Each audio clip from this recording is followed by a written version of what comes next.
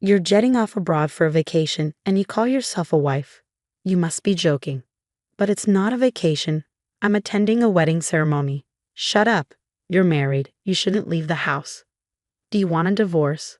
The person relentlessly railing at me is none other than my husband. Since when did my gentleman turn into a guy like this? Being restricted from attending my best friend's wedding feels like being a slave. With a life like this, I had reached my limit. Look forward to it, okay? I'll send you straight to hell in no time. My name is Emily, and I'm 29. I leveraged my experience working part-time in a clothing store during my student days and became an independent entrepreneur 2 years ago. I opened an online boutique that sells clothes and accessories. Shortly before starting my own line, I married my boyfriend, Nick. It was thanks to him that I was able to start my own business. In the beginning, I struggled to get my business on track and fell down many times. Nevertheless, I managed to overcome it all thanks to Nick. Every time I faced a challenge, he would always say with a smile, "Emily, you'll be fine. Even if things are hard now, there will surely come a time when you'll succeed." I hope so, but if things don't get better, I will even be a burden to you, Nick. Don't worry about it. I want to support you, Emily, and I want to be there for you. But I would earn better if I got employed like I used to. You always said you wanted your own shop, Emily, didn't you? That dream has come true now. I'm here right by your side, so let's try a little harder together. Yeah, you're right. Thanks, Nick. I'll do my best. With the support of my husband, I decided to continue running my shop. I took full advantage of social media for marketing to get more exposure online. Thanks to that, I managed to significantly increase the number of customers. My target base is of a wide age range, so I have a large number of users. Everything is done online, so I don't have to pay rent or labor costs. Above all, I can do it alongside housework at home, so I can continue working without feeling overwhelmed. Things are stable now, and I earn a decent income. Although my business took off, there was one thing bothering me. It was that my husband was becoming more and more indifferent towards me day by day. As my business did better, I felt his words and actions becoming colder. I think it all started over something simple. A few months ago, the sales from the previous month had finally reached my target. I was so happy, and at the same time, my feeling of gratitude for my husband grew even deeper. That night, I immediately brought up the news to my husband, who had just returned from work. "Nick, listen. Emily, what's the matter? You seem in such a hurry." I finally did it. I hit my sales target for last month. You set your goal pretty high, didn't you? Yes, we've been pretty close for a while, but I finally hit the target last month. Thanks to you for supporting me. Thank you. Ah, good for you. I'm tired today. I'm going to take a shower and go to bed. After leaving his bag on the sofa and leaving the living room, my husband went to sleep without even eating the dinner I had prepared. What happened? He'd been so supportive, so I thought he'd be thrilled, but his reaction was lukewarm at best. Was he just really tired? I had expected us to celebrate together, so my husband's response came as a surprise. That said, there's no way I could force my tired husband to be happy. From then on, his demeanor towards me gradually grew colder each day. At first, I thought it was just because he was tired or not in the mood, but as this went on for weeks, even I started to feel uncomfortable. Before I knew it, he started looking down on me at every opportunity. Whenever I was on my computer, he'd stand behind me, sneering while peeking at the screen. What? Checking your sales? Trying to brag or something? What are you talking about? I have no such intentions, Nick. You peeked at the screen yourself. Huh. What kind of wife stays on her laptop when her husband's home? What are you trying to show off? Saying I'm so busy with work or something? It's not like that. You've been so cold to me lately, Nick. Did I do something wrong? Despite being shocked by my husband's cold attitude, I still asked him about his true feelings. Then he sighed with an air of annoyance and blurted out, "Phew, it's exhausting. I come home tired from work, and why do I have to deal with someone so emotional?" Emotional? Why do you always speak like that? I just wanted to share some good news with you because I've been trying hard, and you've always supported me. That's what pisses me off about you. I couldn't care less about your sales. Instead of getting excited about such things, try improving your housekeeping skills a bit. Hey, there's no need to talk like that. What I'm saying is right, isn't it? Quit showing off how busy you are with work. Do it again, and I'm out of here. Got it? Being told such things by my beloved husband, my mind was in turmoil for a moment, my heart filled with emptiness, and before I knew it, a tear was trickling down my cheek. Instead of apologizing, he had a sneering smile on his face, a demonic smile I had never seen before. I was taken aback by my husband, who could show such an expression without hesitation. From that day on, his attitude only worsened. I was no longer allowed to speak freely as I used to, and I always had to walk on eggshells around him. Then, one day, I found a wedding invitation for my best friend in our mailbox. I went to middle school and high school with Elena, and we've always been close. We kept in touch regularly even after we became adults. When she got married, I remember being excited as if I were the one who got married. Now she's abroad with her husband, and the invitation said the ceremony would take place overseas. I've been stressed about my husband, so this was great news to me. It felt like a ray of light drew into my oppressive daily life. I was thinking of when to tell my husband about this. Before I could bring it up, my husband found the invitation on the table. "Hey, what's this?" He read through the invitation and approached me with a clearly sour expression. "What do you mean? It's clearly a wedding invitation. It's from my best friend, Elena. But this is taking place abroad. You're not going, right?" "Huh. Of course I'm going." As I said that, my husband slammed his hand on the table with a devilish look on his face. He let out a deep voice I'd never heard before. "You've got to be kidding me. While I'm working my butt off day in, day out, you're just lounging around at home on the computer, and you're planning on skipping housework again just because of a wedding." "No, you've got it wrong. That's not it. I just want to attend Elena's wedding." "Shut up. We're married. You shouldn't leave the house. Do you want to get a divorce?" Being so casually threatened with divorce, I froze on the spot. He continued his tirade mercilessly. "I feel bad for your best friend too.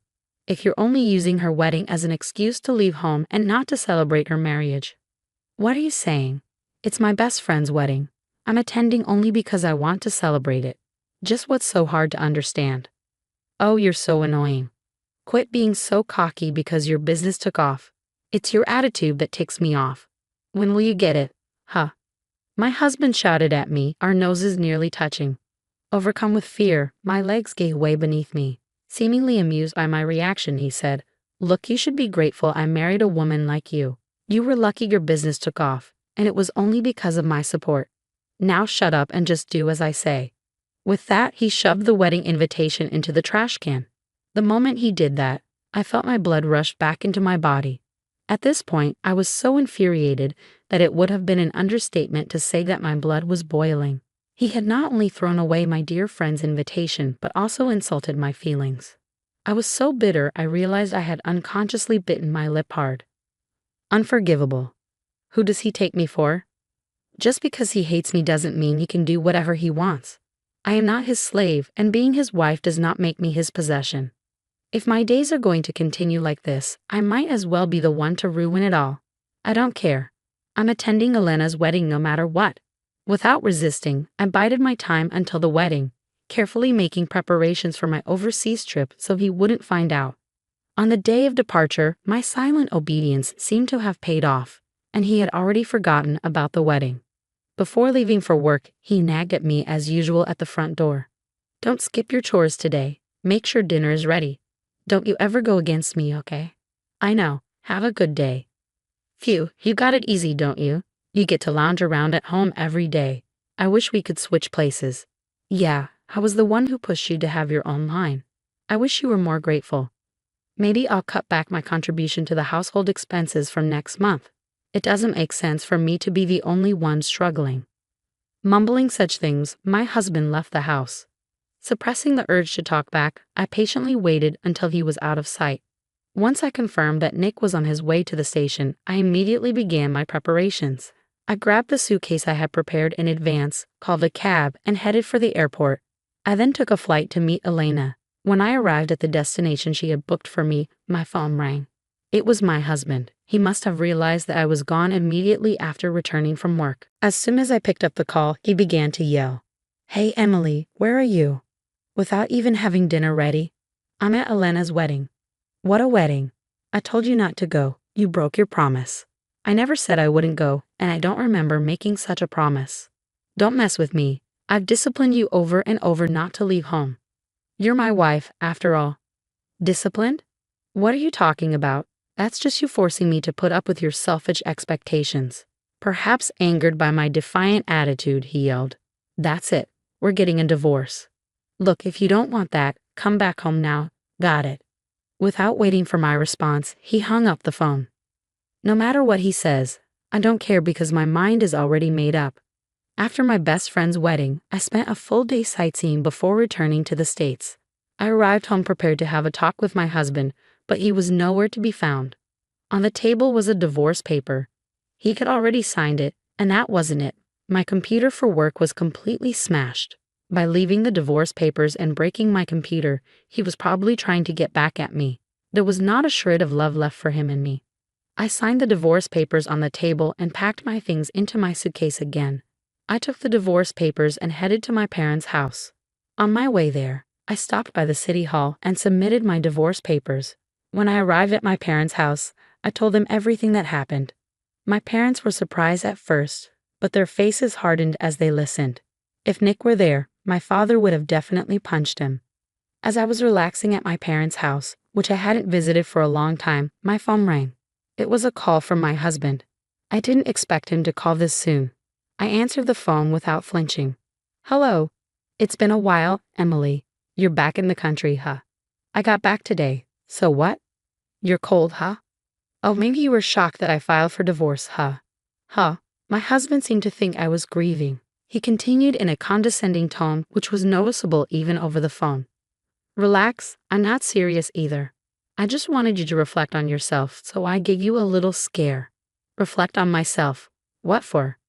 You went abroad without my permission and had the time of your life. Had the time of my life? I just attended Elena's wedding. You're still persistent. That's what I mean by having the time of your life, leaving your husband behind, abandoning your housework, and going on an overseas trip. You're disqualified as a wife, you little. Enough already. Who do you think you are? Just because we're married, just because you're my husband, you think you have the right to control everything I do. What, Emily? Enough is enough. In the end, you just can't stand that I'm successful at work, right? You don't like having a wife who earns more than you. You're such a deadbeat. It's pathetic to be jealous of your wife. If it bothers you, go ahead and make more than I do. Emily, did you just say that? I'm seriously gonna break up with you. Go ahead. In fact, we're already divorced. What? I filed for divorce. There's no way I can continue being married to a piece of trash like you. Just so you know, if you think you can break me with such threats, you got it wrong. I'm not gonna let you manipulate me. Don't ever show me that disgusting face of yours again, you jerk. He must have been shocked by my harsh words. He fell silent, so I said goodbye and hung up the phone. Afterward, I hired a lawyer and billed him for the desktop he destroyed. Moreover, the text and voicemail messages came in handy. His attempts to control my actions and his constant verbal abuse were proven, and I was able to collect damages. As a result, his savings dwindled and he was left in debt. His parents refused to help him, saying it was his own doing, and he ended up having to borrow money from loan sharks. Now he's stuck in a vicious cycle of borrowing to pay off debt, wandering in hell. He was never a high flyer, and I heard that he made mistake after mistake at work, eventually being sidelined. On the other hand, I've been living at my parents' home since the divorce. Thankfully, my current job doesn't tie me to a particular location.